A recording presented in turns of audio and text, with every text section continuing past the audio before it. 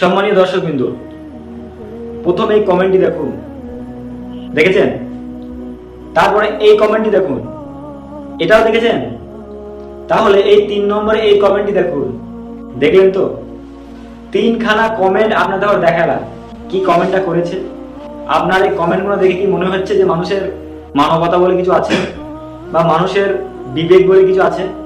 একটি মুসলিম ছেলে অ্যাক্সিডেন্ট হয়েছে, আর একজন কমেন্ট করছে যে একটা জেহাদি কুমড়ো। বারুইপুরে একটি শিশুকন্যা ধর্ষণ হয়েছে, সেটাকে নিয়ে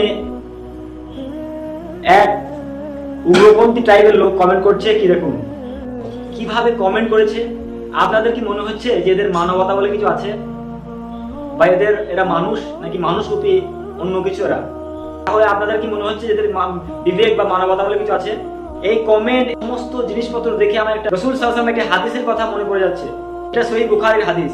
রাসূল সাল্লাল্লাহু আলাইহি ওয়াসাল্লাম বলছেন যে শেষ জামানায় মানুষের বিবেক তুলে নেওয়া হবে, মূর্খতা বেড়ে যাবে, মানুষের যে বিবেক, যে মানবতা, সেটা বলে থাকবে না কিছু।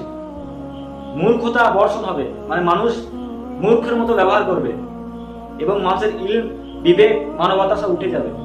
তো সেই হাদিসের পরিপ্রেক্ষিতে এই কমেন্টগুলো আর এই সমস্ত দেখে হুবহু মিলে যাচ্ছে যে সেই জামানা এখন চলছে।